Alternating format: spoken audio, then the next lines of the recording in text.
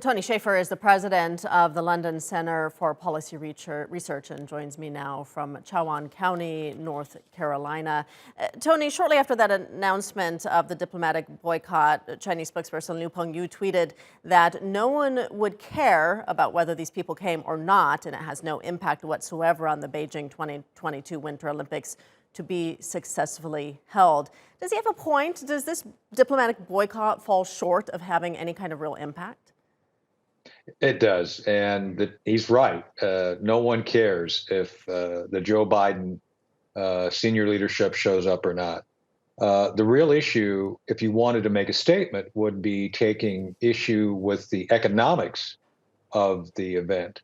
The Chinese, the PRC, is looking to make billions in revenue off of this event. U.S. businesses are going to make millions off this event as well.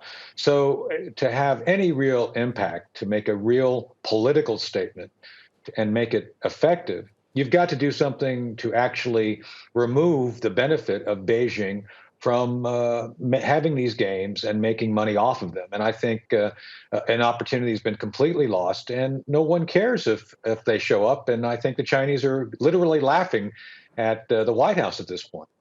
China had said previously that if the U.S. were to have a diplomatic boycott of the games, that it would take resolute countermeasures.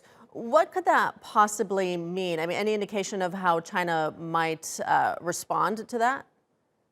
The only thing they would do essentially is make very pointed statements publicly. They may decide to send some diplomat home, referencing the ill will between the two countries. But that's it. Beijing has won. They've won big time.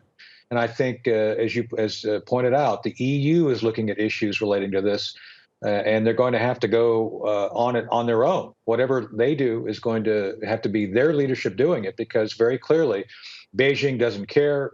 If they respond, it'll be something completely, essentially ineffectual as well, because they've won. And so I think that's what we have to recognize here: is this is a complete loss of face by the Biden administration and a great gain of face by the Chinese.